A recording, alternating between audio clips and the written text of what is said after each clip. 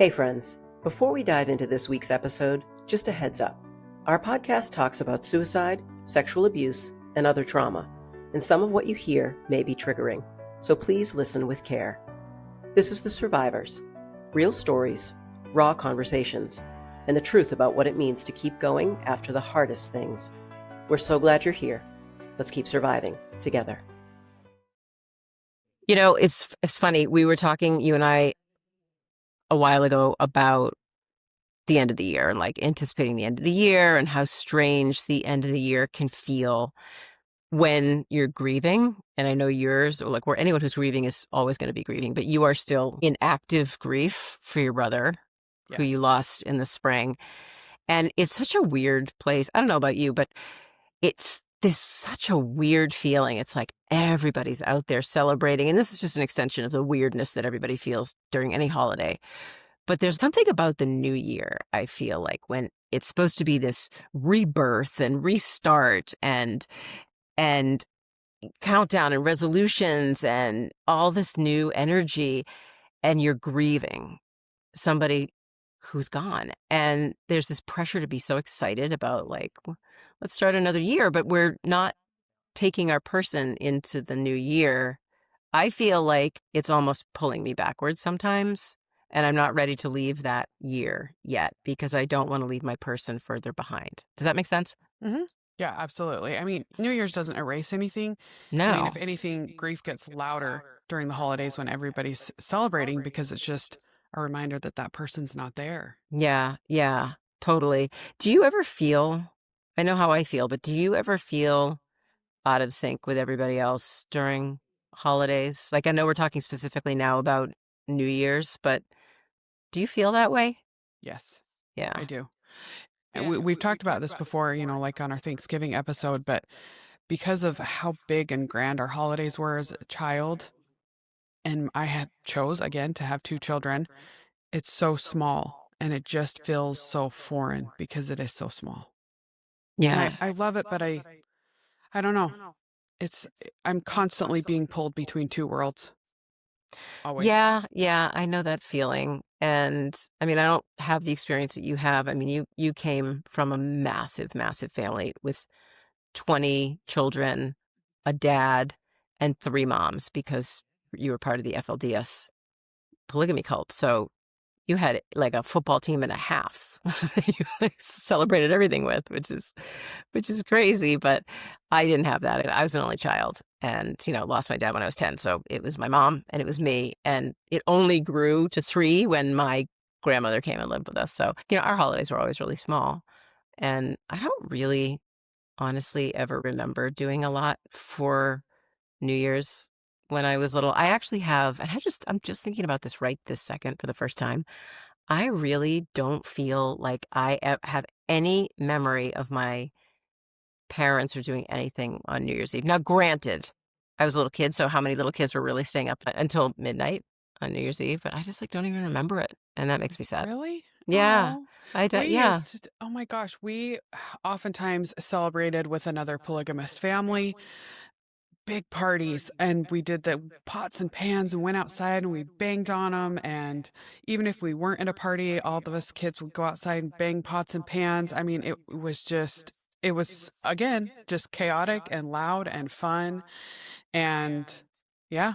And so with my kids, we're just like, this is weird. Yeah. What do we do? Yeah, I know. I didn't have that. I didn't have that at all. But I guess, you are where you come from, and we've always had very different traditions with our kids. I mean, we have 2 children also. We have 2 girls, and we've always done it up for New Year's. And we've always been, we were a big ski family back when our kids were young. So we would always be up in the mountains. We had like our chosen family of ski friends who we're still close with today. And we would do New Year's Eve with them, and it would be bonfires, and it would be skiing, and it would be all the shakers and crackers and bangers and all those things. I do love a good mellow New Year's Eve, though. I really do. And this year we are spending our 3rd New Year's Eve in Tokyo with our daughter, which is a blast to see it there. You talk about like a party and bringing it in with a big, big bang. That's that's about as big a bang as you can get. You know, I also feel sometimes guilty that I'm not as excited. Like each year is different. Okay. Just every holiday I think is different. Some days I'm totally dialed in and I'm super excited and I'm full steam ahead with all the happy joy.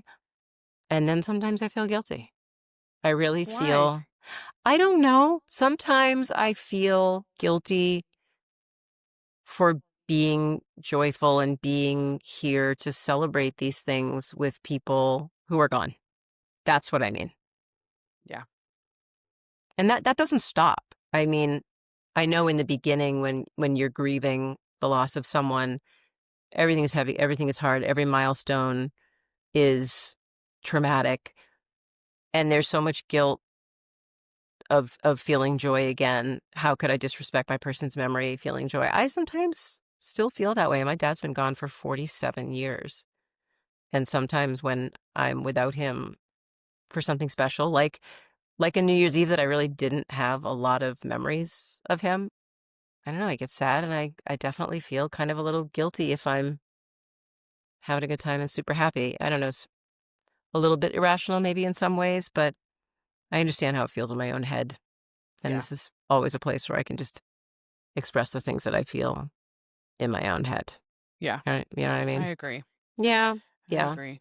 I feel like so David and Clayne are the first two brothers to take their lives in the early 2000s, and we somehow found a normal sense of life after that, and found a way to celebrate and things like that as more time went on. But since the third brother Corey took his life in 2023, and we've just had one loss after another. I've lost three brothers in the past 3 years. I've lost three brothers to suicide and my dad to cancer, and it's compound grief, and it's just too much. And I don't think I'll ever be the same. I don't think anybody in my family's ever going to be the same. And so finding a way to carry forward in life, I'm trying to look at it this way. Every year, if I walk forward into a new year, I'm living another year that they didn't get to, especially because Clayne, David, and Corey were all 28 when they took their lives. Mm-hmm. And if I can live another year beyond that for them, I'm getting to live a life that they didn't get to live. And somehow I feel like I'm honoring them. And so every time somebody dies, the Band-Aid gets ripped off. We're starting over. And so if I can get on the other side of that heavy, heavy grief, and then I can kind of see the positive side of things and just find a way to honor them and remember them. And so one of my favorite ways to honor my brothers and my dad is to share funny memories of them with my children. Mm-hmm. And they've even gotten to the point where they start asking about each of them. They obviously, Clayne and David were dead long before they were born, but so they ask questions and funny things, and I love that. So I think just trying to remember the good things. It sounds cliche, but I feel like that's the best way to remember our lost ones. Yeah. No, I agree with that. Did you guys have any really significant traditions? Did you do anything? I mean, you said you went outside and did the pots and pans and kind of whooped it up as a family, but did you do anything else that was like was that a special time for your family? Because also too, you were in the FLDS cult. What, I don't know. I know you didn't celebrate Christmas for a long time because you were in the FLDS. Right. What was New Year's like for you? New Year's was fine to Okay. celebrate. I think we did. Yeah, I New Year's was not off because it wasn't any specific like pagan holidays. Like Christmas was considered pagan and Halloween Yeah. was considered pagan. But New Year's was, I feel like a lot of the polygamous families celebrated it and had a big party. And, generally you could have a ginormous party with just your own children. I was going to say, like, when you said a little while ago include families coming together. Right. Well, you said a minute ago that, you would do things with like another family. Well, that's like 80 people. Now you have 80 people. You have two families. You have 80 people. That's insanity. It really is. Insane. And our house actually growing up was not, it would seem big to people now. It had 7 bedrooms. Oh my God. But it was very small. Yeah. Like, Yeah. it's not big and spacious like what Mhm. people think, because kids were just getting stacked in there together. Mhm. My dad did 3 additions on our house because as the family grew, we needed more space, so he had to keep adding on. And again, Mhm. it's very common in polygamous families. But some families, their homes were ginormous, so they could easily accommodate. So we didn't host a lot where it was multiple families coming together unless it was during the summertime and it was Mhm. outside. But yeah, I don't want to say their name because they're actually a very public facing family, but wonderful memories with them. Okay, that's And good. they threw some great parties and were very welcoming, and a lot of fun memories with their family growing up. Mm. So I have a question, and I don't know if it's going to be a hard question. I don't want it to be a hurtful question or hard question for you to answer. But given the fact that you're still dealing with such a new death, losing Monroe, losing your brother, your fifth brother, is stepping into the new year knowing that the year that he passed away, is that really hard? Like, is that something you're not thinking about at all? In which case, I don't want to put it on your mind at all. But if it is something like, is that a thought? Like, does it feel like you're moving farther away from him when you think about it in the context of grief and the new year? No, Okay. no, not really. What about for you? I don't know. I guess as the years and the decades, especially with my dad, add up, they actually, like, I think a lot of people might have the false impression that when you get that far along in your grief, like I'm 47 years out from when my father died. And I think a lot of people might assume that, oh, it's like the grief is reconciled or balanced or, you know, not resolved, but it's managed. It's definitely different, but I don't grieve any less. I just grieve in a different way. And I've been paying an awful lot of attention this year to how I've been feeling about accumulating more years and accumulating more decades. Like, I don't know what it is. It's about the number 47 years. It just seems infinite to me all of a sudden. And so as I'm heading toward New Year's Eve, when everybody's paying attention to old year closes, New Year starts, and all that energy, I'm thinking like, damn, now it's another year I'm adding on to how many years it's been since I saw my dad. And it feels hard. So I don't know. Somehow it feels harder than it has in recent years. And I'm kind of dialed into it on the new year for some reason, which is one of the reasons why I wanted to have this conversation. Um, it surprises me sometimes how things like celebrating New Year's or celebrating the holidays can really just kind of stir up grief in such unexpected ways. Like, you expect it. Obviously, you expect to be sad when you can't spend special occasions and holidays with your people. Yeah. But I don't know, something about New Year's and the change of the calendar year this year has just been on my brain a little extra this year for some reason. Well, another way I feel like what we also can talk about is because a lot of people are unfamiliar with grief and they don't know Yeah. how to have conversations or how to support people. So one of the things that really means a lot is somebody who is, I feel, become an expert in grief. I know you are too. How do you Hmm. become an expert? Spend 10,000 hours learning about a subject. Yep. Hmm. I've spent the last 20 something years grieving. And you 47 years. We have to do that math. I have to at some point do that math to see how many hours 47 years actually is. Yeah, you should. I You should, should absolutely do because I that. have blown so far beyond the 10,000 hour rule that I should now have a doctorate in grief, a couple of PhDs, I don't know, honorary degree from Harvard, whatever. Can we get an honorary degree over here? Yeah. Yeah, it's a lot of hours. But I feel like one of the things that's important to how to show up for somebody that's grieving Mm. is don't say, "What can I do for you?" or "What do you need?" Mhm. It doesn't matter where they're at on their journey. I feel like, and I've started to do this with you. How can I support you better in this time? And a lot of times, sometimes even asking that question, but it's just something about offering up the support, not a "What do you need?"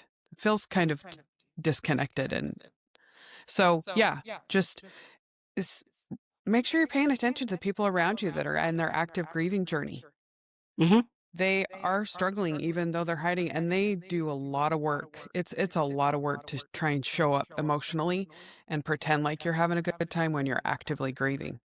So even though they appear that they're okay, oftentimes they're not. Yeah. So if you see them maybe quiet in a corner, just go sit with them. Don't have to even say anything. Just go Yeah. sit with them. Looking for mental health resources that actually fit who you are and where you come from? Then you need to check out the HelpHUB. It's not another generic wellness site. It's a free, inclusive online platform built for real people living real lives. People managing stress, anxiety, depression, trauma and abuse, grief or suicide loss.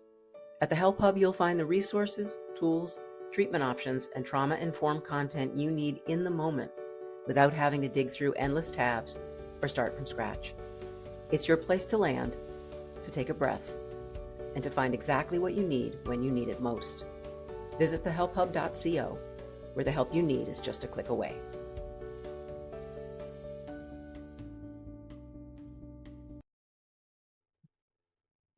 And you never know what will cause a trigger. It could be New Year's Eve. It could be any one of the holidays. It could be a random Wednesday. It doesn't make a difference what it is, but you're absolutely right that we have to be paying attention to the people around us and doing the work of picking out the things that we think that they would need. I mean, you and I were talking a little bit offline before we hit record about what it was like for you when you lost sibling after sibling and people weren't showing up that you thought would show up. And ultimately, the only thing you could think of to tell people to do to help you was to cook a meal because you couldn't cook. It's things like that. I feel like these open-ended questions like, tell me how I can help you. I think that puts too much pressure back on the person who's grieving. And instead, like you finally got to a point where you were like, okay, do this thing for me. Either we have to say that, and honestly, that shouldn't even be our job if we're the one grieving. It should be the people around us who are trying to support us. If you know that person well enough to be connected to them if they're grieving, then you know what that person may or may not need. So offer it up. The worst thing that person can say is, I don't need that. Right.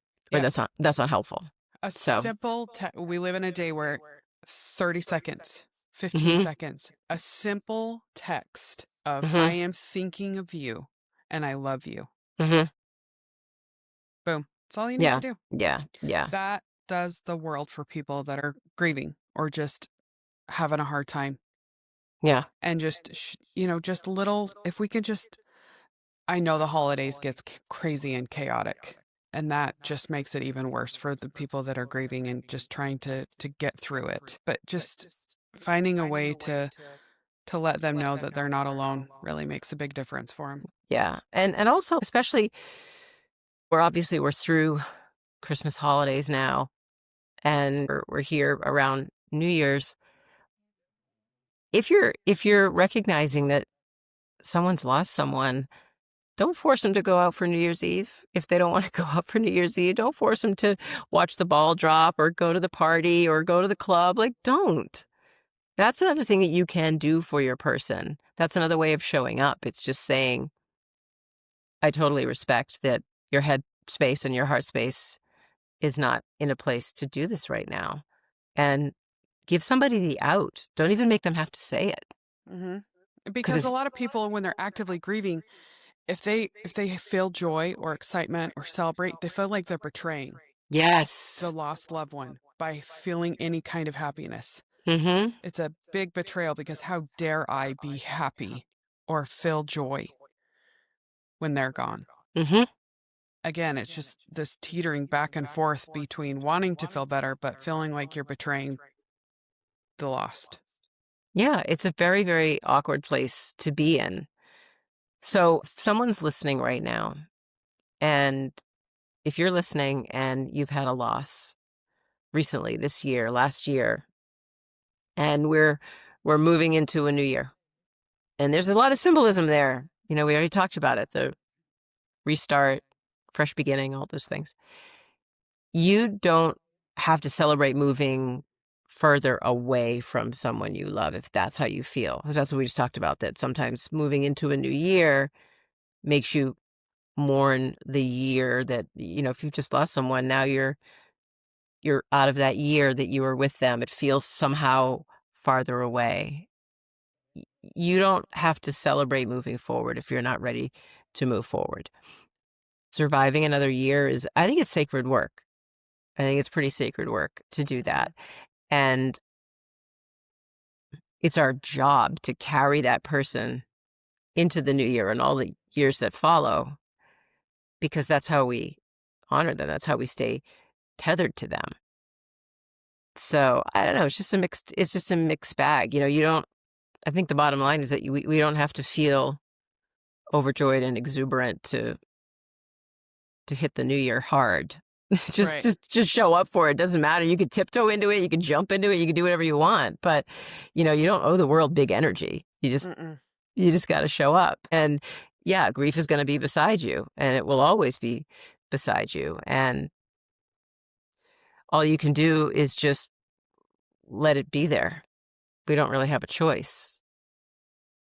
I think that's the thing that most of us don't really recognize. Can you remember back last year and years past? Because I know you've lost a lot of family members, like quick succession.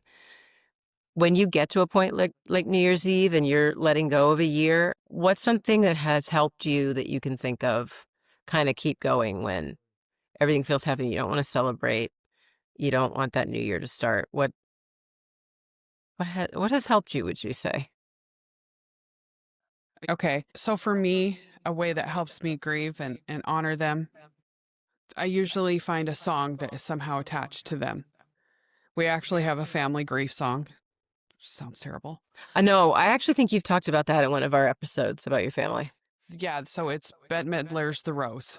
We've played that at, I think, just about every funeral that we've had. But I feel like a way to carry them, number one, say their name out loud. Yes. Say their name out loud.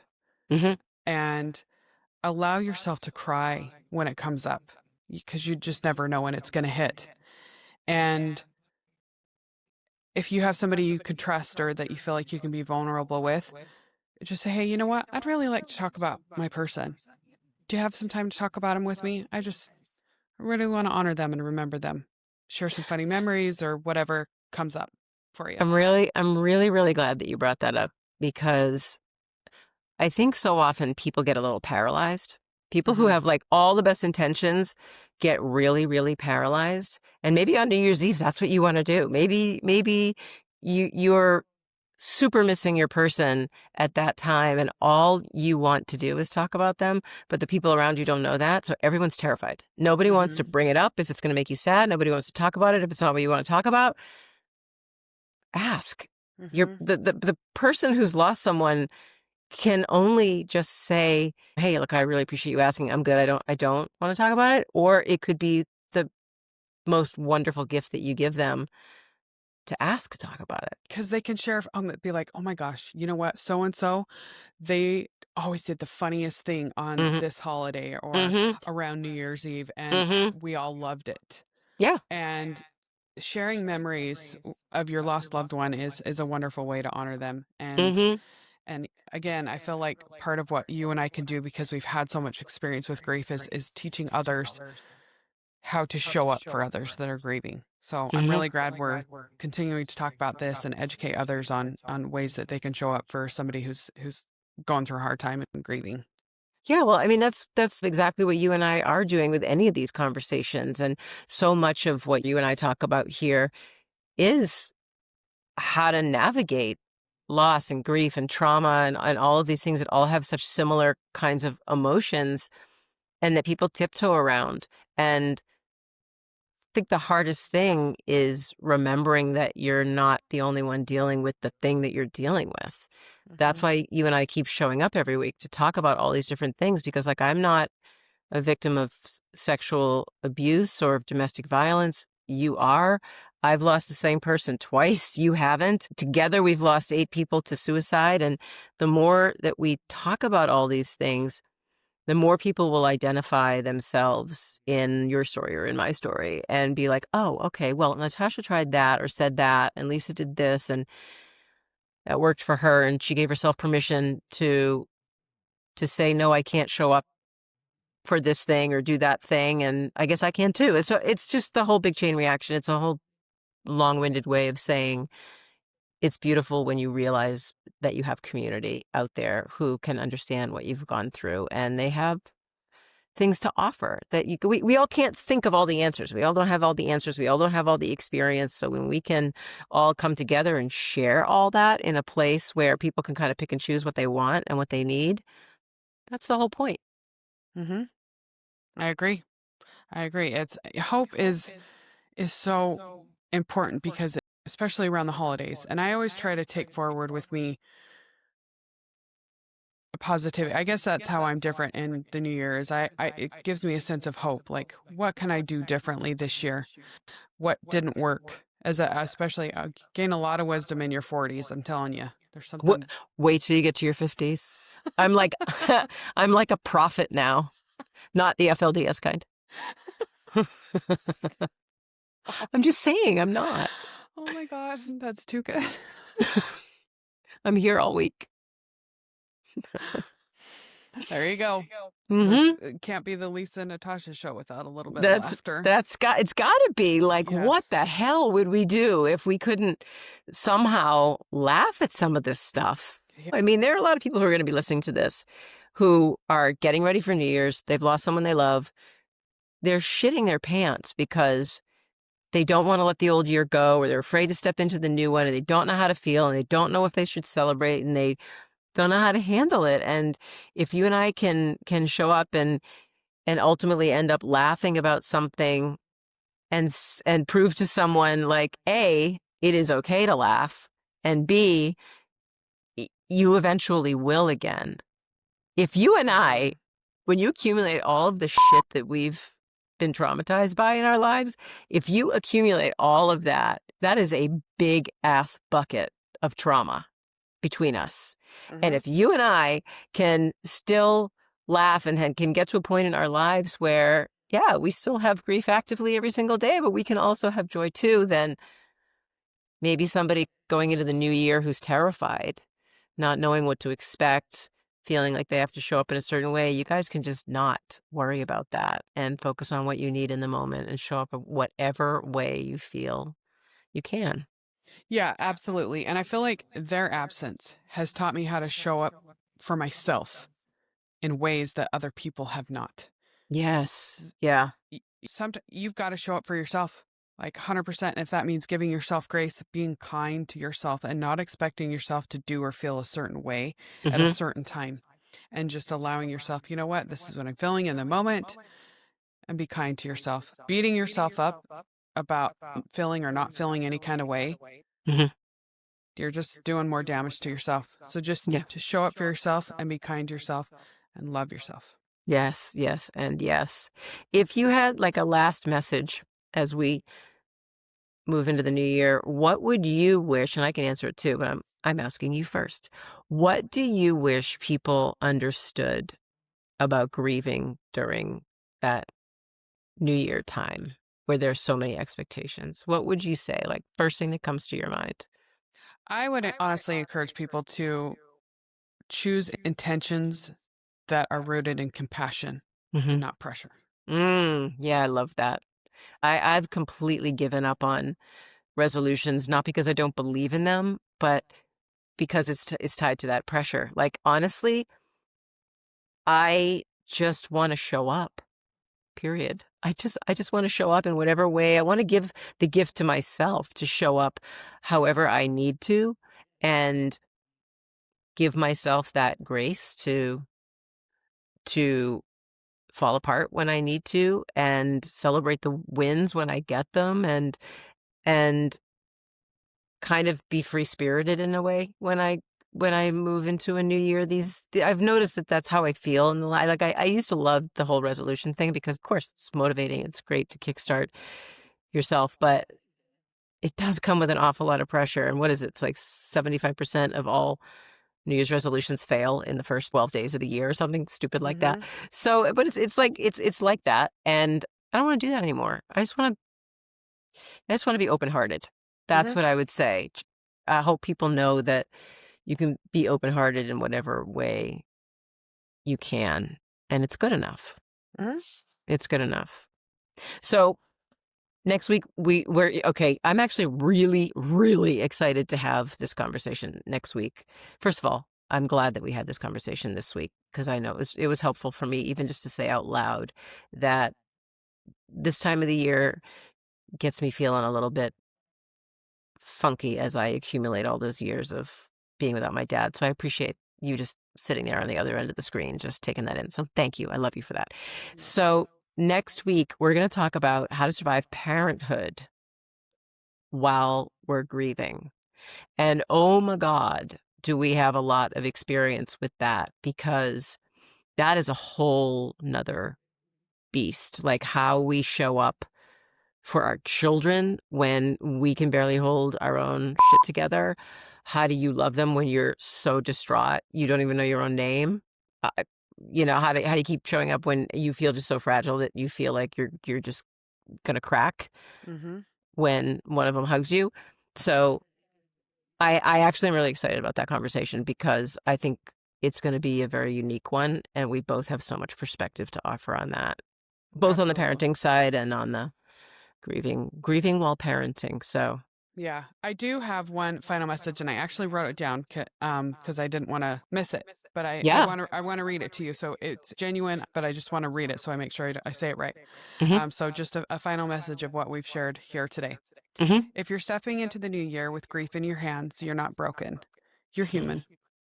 You're allowed to carry both love that hurts and hope that saves you.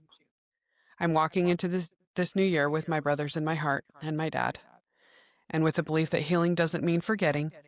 It means you're living the way that they never had a chance to.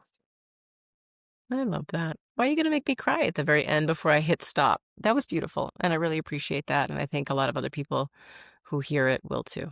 Yeah. So thanks for sharing that. We'll be back. We're going to be back exactly 1 week from right this second. So between now and then, keep surviving, friends. We'll see you soon. Bye. Happy New Year. Happy New Year. Yeah, Happy New Year. Thanks so much for listening and for being part of the Survivors community. No matter where you are in your story, you're not alone, and you're definitely not broken. Healing takes time, and it looks different for everyone. The fact that you're still here and still trying means you're already doing the hard work. If something in today's conversation resonated with you, please share it with someone who might need to hear it too. That's how we keep these conversations going and remind each other that there's always hope. And if you or someone you know is struggling, please remember, help is always out there. You can call or text 988 anytime to reach a trained crisis counselor like me. And for more mental health resources, tools, treatment options, and content to support your mental health, visit the HelpHUB.co. We're so grateful you're part of the Survivors family, and we'll be back next week with another honest conversation about life after the hardest things. Until then, take care of yourself and your people, and keep surviving.